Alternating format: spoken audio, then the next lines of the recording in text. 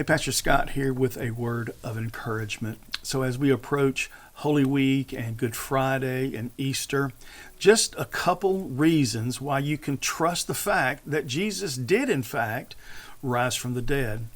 The first is there is no other explanation as to why we even know he lived. But let's not be too simplistic. We don't believe Jesus rose from the dead because the Bible tells us so. We believe because Matthew, Mark, Luke, John, Peter, James, Paul, eyewitnesses told us so. We believe because people would not turn loose of the fact of the resurrection of Jesus, and it cost them their lives. I love how Chuck Colson puts it. He says, I know the resurrection is a fact, and Watergate proved it to me. How? Because 12 men testified that they had seen Jesus raised from the dead. Then they proclaimed that truth for 40 years, never once denying it.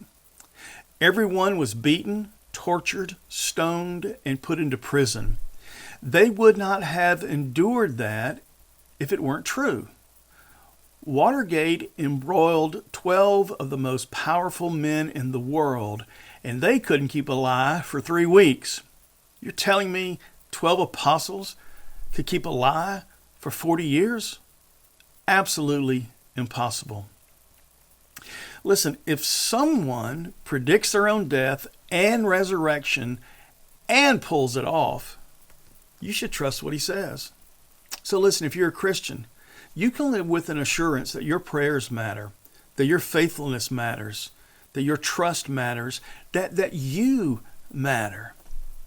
And if you're not a Christian, you should be.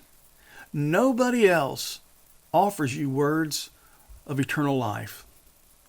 Listen to what Paul says in Romans 5, 6, and 8. You see, at just the right time, when we were still powerless, Christ died for the ungodly. Very rarely will anyone die for a righteous person, though for a good person someone might possibly dare to die. But God demonstrates his own love for us in this. It was while we were still sinners that Christ died for us. God has gone to incredible lengths to let us know of his great love for us. And he's gone to incredible lengths by bringing a dead man back to life to demonstrate to us the power that he has.